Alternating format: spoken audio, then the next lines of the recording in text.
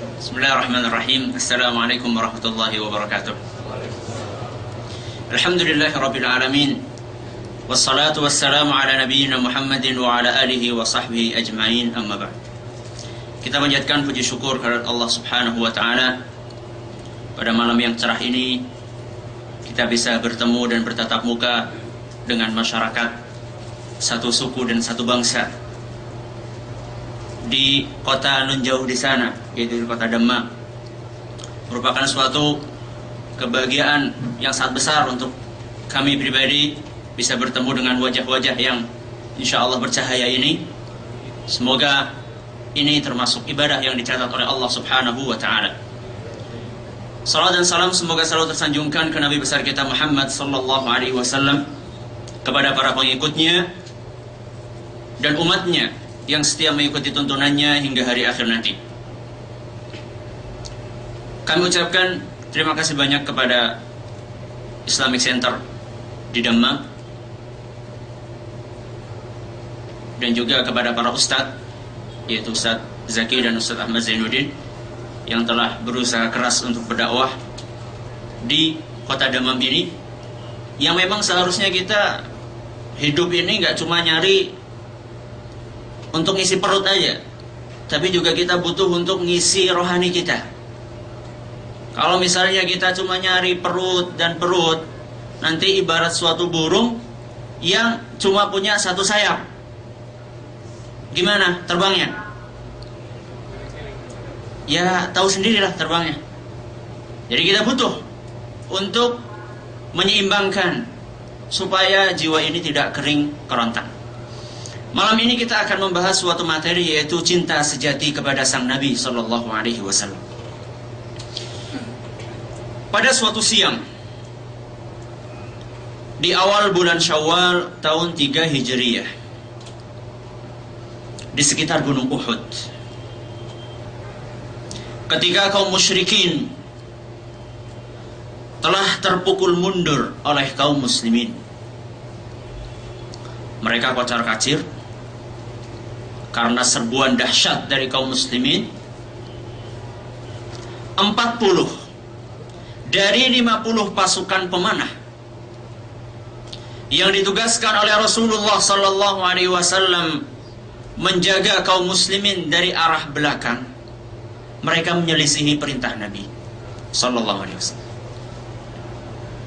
Mereka ditugaskan oleh Nabi sallallahu alaihi wasallam untuk berdiam di bukit yang bernama Bukit Ainain.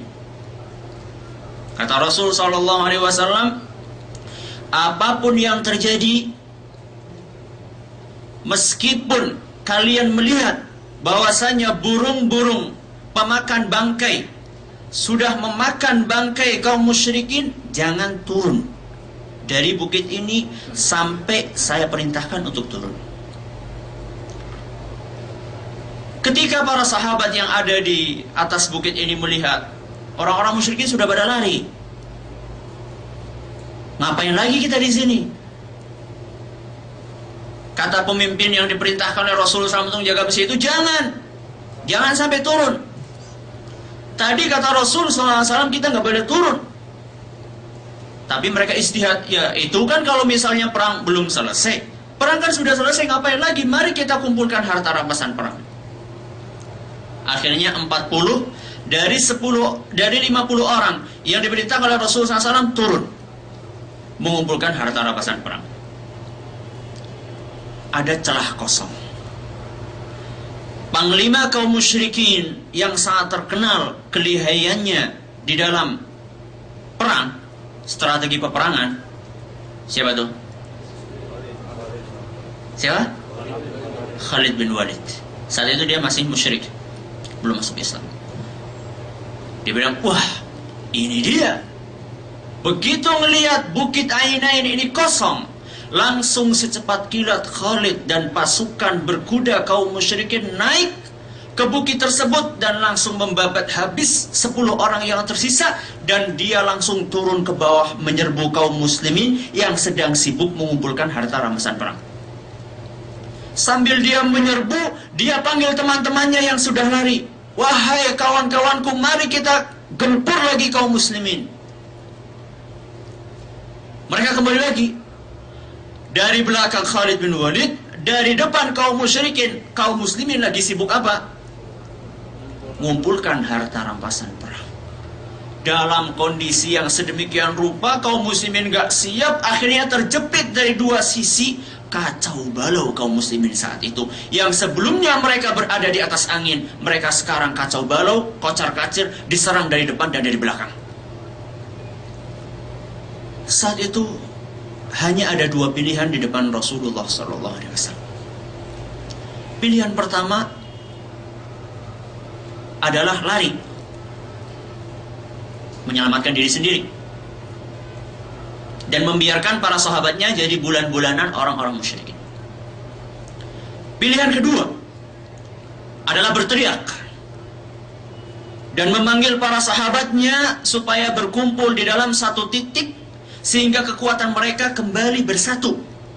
Karena kocar-kacir, berarti harus dikumpulkan. Cara mengumpulkannya bagaimana? Rasulullah teriak. Akhirnya Rasulullah SAW mengambil pilihan yang kedua, dan beliau saat itu juga berteriak, "Halumma ilayya ana Rasulullah." Wahai para sahabatku, aku Rasulullah SAW ada di sini. Ketika suara Rasulullah SAW menggema di sekitar Uhud, saat itulah ketentraman masuk kembali kepada relung-relung hati para sahabat yang saat itu sudah banyak yang putus asa di antara mereka. Di sisi lain, teriakan itu menyadarkan kaum musyrikin bahwasanya musuh besar mereka belum apa? Belum mati. Mereka kira Muhammad SAW sudah apa? Sudah mati. Begitu mereka dengar suaranya Rasulullah SAW, oh belum mati. Akhirnya orang-orang musyrikin yang di sekitar Rasulullah SAW saat itu langsung merangsak maju ke depan untuk menghabisi nyawa sang Rasul SAW. Kembali api peperangan berkobar, tapi lebih sempit di sekitar Rasulullah SAW. Para sahabat tahu bahwasanya ini adalah merupakan kondisi yang amat berbahaya bagi sang Rasul SAW. Tidak pernah ada kejadian yang lebih berbahaya daripada kejadian perang Uhud untuk nyawa kekasih kita Rasulullah SAW. Di dalam peperangan yang tidak imbang itu, para sahabat berusaha mati-matian untuk melindungi kekasih kita Rasulullah SAW. Tapi bagaimanapun juga, Nabi kita tidak bisa selamat dari luka-luka dan dari sabetan pedang dari orang-orang musyrikin. Salah seorang pasukan berkuda terkuat kaum musyrikin yang bernama Ibnu Qami'ah, begitu melihat Rasul SAW sedemikian rupa, dia segera menyabetkan pedangnya sekeras-kerasnya kepada kepala Rasulullah SAW. Kata dia, engkau tidak akan selamat wahai Muhammad. Saat itu Rasul alhamdulillah pakai topi besi, tapi yang nyabet nih orang gak sembarangan. Sampai saking kerasnya sabetan pedang itu, sampai topi besi Rasulullah SAW pecah. Besi, dua serpih besi menancap di pipi putih beliau sehingga mengucurkan darah. Begitu melihat seperti itu, Abu Ubaidah, salah seorang sahabat Nabi SAW, langsung beliau mencabut dua besi tersebut dengan gigi serinya sampai gigi serinya patah. Saking dalamnya besi yang menancap di pipi Rasulullah SAW. Kaum musyrikin yang lain, Utsbah ibn Abi Waqqas, dia dengan penuh nafsu mengambil batu besar yang begitu besar, dia lemparkan kepada Rasul SAW ke kepala beliau sampai gigi beliau patah dan juga sampai bibir beliau sobek. Puncaknya adalah tatkala Rasulullah SAW terjerumus ke dalam suatu perangkap yang memang sudah disiapkan oleh mereka, dan Rasulullah SAW pingsan di lubang tersebut.